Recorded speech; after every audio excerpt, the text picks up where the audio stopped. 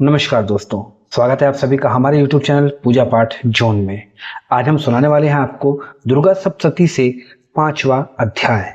देवताओं के द्वारा स्तुति। चंड मुंड के मुख से अंबिका के रूप की प्रशंसा सुनकर शुंभ का उसके पास दूत भेजना और दूत का निराश लौटना। विनियोग। ओम।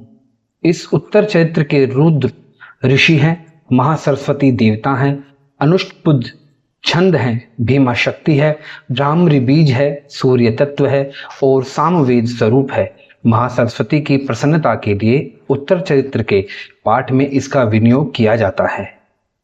ध्यान। जो अपने कर कमलों में घंटा, शूल, हल, शंख, मूषल, चक्र, धनुष और बाण धारण करती हैं, शरद ऋतु के शोभा संपन्न चंद्रमा के समान जिनकी मनोहर कांति है, जो तीनों लोकों की आधारभूता और शुंभ आदि दैत्यों का नाश करने वाली हैं, तथा गौरी के शरीर से जिनका प्रकाट्य हुआ है, उन महासरस्वती देवी का मैं निरंतर भजन करता हूँ। ऋषि कहते हैं, पूर्व काल में शुंभ और निशुंभ नामक असुरों ने अपने बल के घमंड में आकर शचीपति इंद्र के हाथ से तीनों लोकों का राज्य और यज्ञ भाग छीन लिया। वे दोनों ही सूर्य, चंद्रमा, कुबेर, यम और वरुण के अधिकारक का भी उपयोग करने लगे। वायु और अग्नि का कार्य भी वो ही करने लगे। उन दोनों ने सब देवताओं को अपमानित, राज्य भ्रष्ट, पराजित तथा अधिकारहीन करके स्वर्ग से निकाल दिया। उन दोनों महान असुरों से तिरस्कृत देवताओं ने अपराजिता देवी का स्मरण किया और सोचा, जगदम्बिका ने हम लोगों को वर दिया था कि आपत्ति काल में स्मरण करने पर मैं तुम्हारी सब आपत्तियों का तत्काल नाश कर दूंगी। यह विचार कर देवता गिरिराज हिमालय पर गए और वहां भगवती विष्णु माया की स्तुति करने लगे। देवता बोले, देवी को नमस्कार है, महादेवी शिवा को सर्वदा नमस्कार है, प्रकृति एवं भद्रा को प्रणाम है।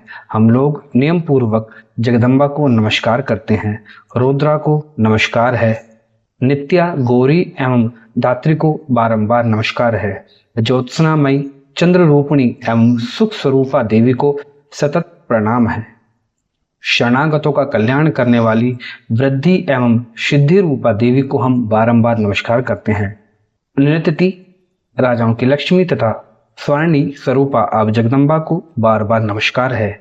दुर्गा, दुर्गपारा, सारा, सर्वकारिणी, ख्याति, कृष्णा और धूम्रा देवी को सर्वदा नमस्कार है।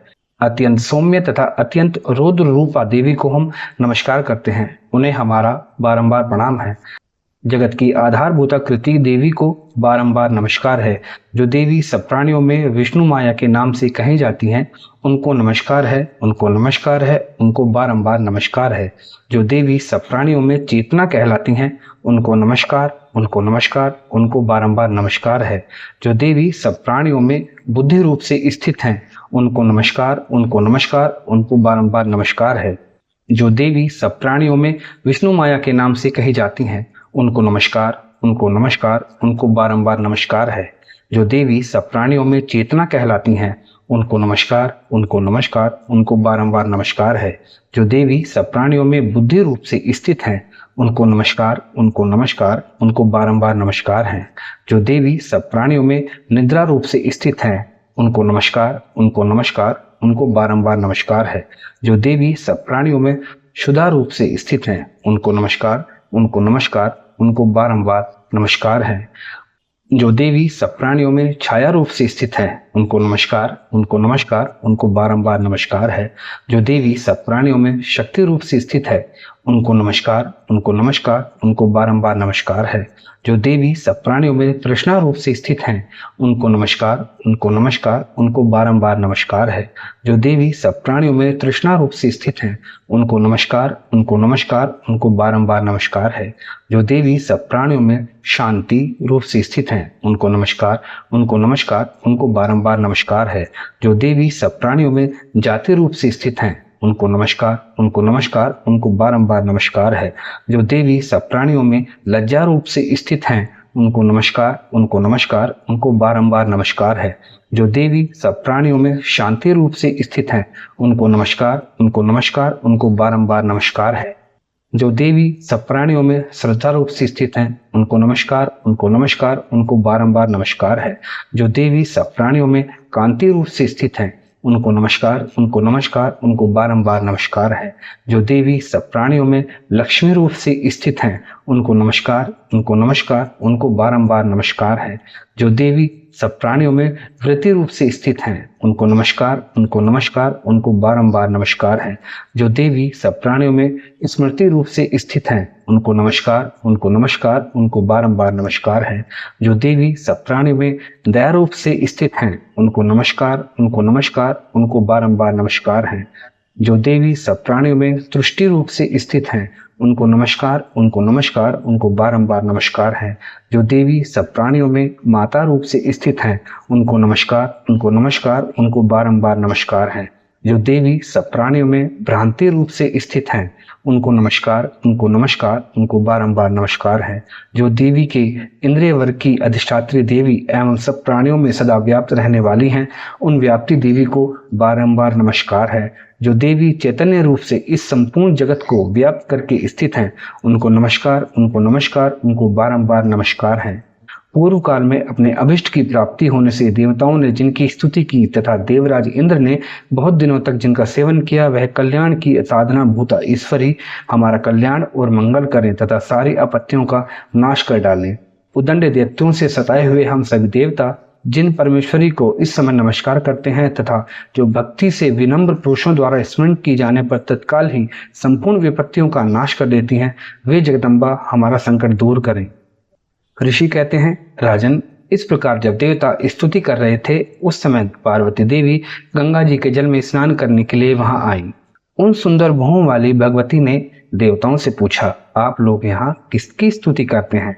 तब उन्हीं के शरीर को से प्रकट हुई शिवा देवी बोली, शुंभ दैत्य से तिरस्कृत और युद्ध में निशुंभ से पराजित हो यहाँ एकत्रित हुए ये समस्त देवता यह मेरी ही स्तुति कर रहे हैं। पार्वती के शरीर को से अंबिका का प्रादुर्भाव हुआ, इसलिए वे समस्त लोकों में कोशकी कही जाती हैं। कोशकी के प्रकट होने के बाद पार्वती देवी का शरीर काले रंग का हो गया, अतः वे हिमालय पर रहने वाली कालिका देवी के नाम से विख्यात हुई। तदंतर शुंभ निशुंभ के भृत्य चंड मुंड वहां आए और उन्होंने परम मनोहर सुंदर धारण करने वाली अंबिका देवी को देखा। फिर वे शुंभ के पास जाकर बोले, महाराज, एक अत्यंत मनोहर स्त्री है जो अपने दिव्य कांति से हिमालय को प्रकाशित कर रही है। वैसा उत्तम रूप कहीं किसी ने नहीं देखा होगा। असुरेश्वर, पता लगाइए वह देवी कौन है और उसे ले लीजिए। स्त्रियों में तो वह रत्न है, उसका प्रत्येक अंग बहुत ही सुंदर है तथा वह अपने श्रीअंगों की प्रभा से संपूर्ण दिशाओं में प्रकाश फैला रही है। दैत्यराज, अभी वह हिमालय पर ही मौजूद है, आप उसे देख सकते हैं। प्रभु, तीनों लोकों में मणि, हाथी, घोड़े आदि जितने भी रत्न हैं, वे सब इस समय आपके घर में शोभा पाते हैं। हाथियों में रत्नभूत ऐरावत, यह पारिजात का वृक्ष और उच्चश्रवा घोड़ा, यह सब आपने इंद्र से ले लिया है। हंसों से जुता हुआ यह विमान भी आपके आंगन में शोभा पाता है। यह रत्नभूत अद्भुत विमान जो पहले ब्रह्मा जी के पास था, अब आपके यहाँ लाया गया है। यह महापद्म नामक निधि आप कुबेर से छीन लाए हैं। समुद्र ने भी आपको किंजलिंकनी नामक माला भेंट की है, जो केसरों से सुशोभित है और जिसके कमल कभी कुम्हलाते नहीं हैं। स्वर्णों की वर्षा करने वाला वरुण का छत्र भी आपके घर में शोभा पाता है तथा यह श्रेष्ठ रथ जो पहले प्रजापति के अधिकार में था, अब आपके पास मौजूद है। दैत्येश्वर, मृत्यु की क्रांतिदा नामक शक्ति भी आपने छीन ली है तथा वरुण का पाश और समुद्र में होने वाले सब प्रकार के रथ आपके भाई निशुंभ के अधिकार में हैं। अग्नि ने भी स्वतः शुद्ध किए हुए दुवस आपकी सेवा में अर्पित किए हैं। दैत्यराज, इस प्रकार सभी रत्न आपने एकत्रित कर लिए हैं, फिर भी जो यह स्त्रियों में रत्न रूपा कल्याणमयी देवी है, इसे आप क्यों नहीं अपने अधिकार में कर लेते? ऋषि कहते हैं, चंडमुंड का यह वचन सुनकर शुंभ ने महादैत्य सुग्रीव को दूत बनाकर देवी के पास भेजा और कहा, तुम मेरी आज्ञा से उसके सामने ये बातें कहना और ऐसा उपाय करना जिससे प्रसन्न होकर वह शीघ्र ही यहाँ आ जाए। वह दूत पार्वती के अत्यंत रमणीय प्रदेश में जहाँ देवी मौजूद थी गया और मधुर वाणी में कोमल वचन बोला। दूत बोला, देवी, दैत्यराज शुंभ इस समय तीनों लोकों के परमेश्वर हैं। मैं उन्हीं का भेजा हुआ दूत हूँ और यहाँ तुम्हारे ही पास आया हूँ। उनकी आज्ञा सदा सब देवता एक स्वर से मानते हैं, कोई उसका उल्लंघन नहीं कर सकता। वे संपूर्ण देवताओं को परास्त कर चुके हैं। उन्होंने तुम्हारे लिए जो संदेश दिया है उसे सुनो। संपूर्ण त्रिलोकी मेरे अधिकार में है। देवता भी मेरी आज्ञा के अधीन चलते हैं। संपूर्ण यज्ञों के भागों को मैं पृथक पृथक भोगता हूँ। तीनों लोकों में जितने श्रेष्ठ रत्न हैं वे सब मेरे अधिकार में हैं। देवराज इंद्र का वाहन ऐरावत जो हाथियों में रत्न के समान है मैंने छीन लिया है।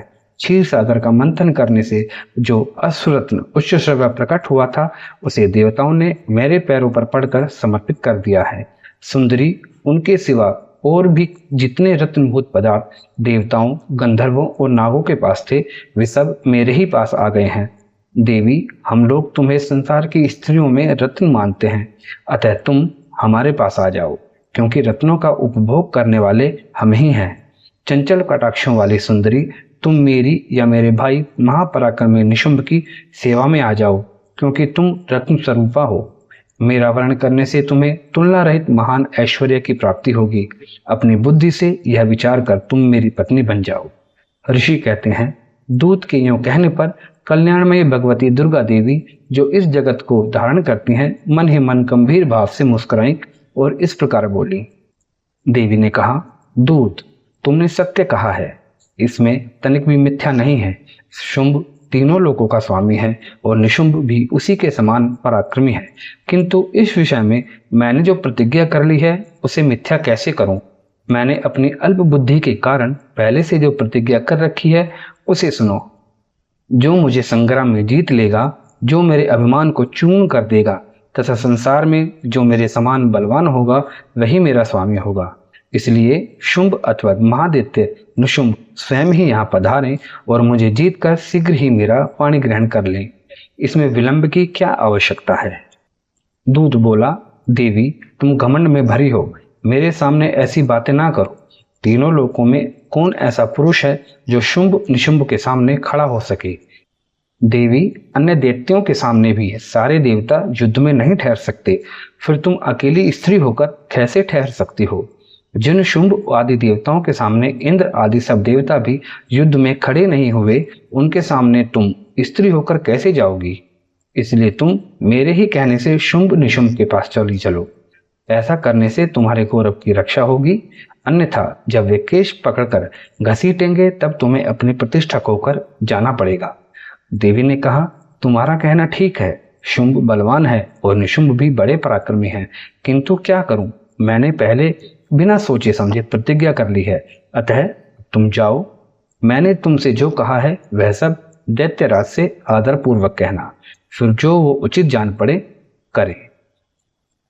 इस प्रकार श्री मार्कंडेय पुराण में सर्ववर्णिक मनवंतर की कथा के अंतर्गत देवी महात्म्य में देवी दूत संवाद नामक 5वां अध्याय पूरा हुआ। आशा करते हैं माँ भगवती का दुर्गा सप्तशती से ये 5वां अध्याय आपको अच्छा लगा होगा। ऐसे ही माँ दुर्गा सप्तशती के अन्य अध्यायों को जानने के लिए, सुनने के लिए आप हमारे चैनल पूजा पाठ जोन को सब्सक्राइब करें और साथ में बेल आइकन दबाएं, जिससे आगे आने वाली वीडियोस की नोटिफिकेशंस आपको मिलती रहें। जो जल्दी मिलते हैं आपसे एक दूसरे अध्याय के साथ में, तब तक के लिए जय माता दी।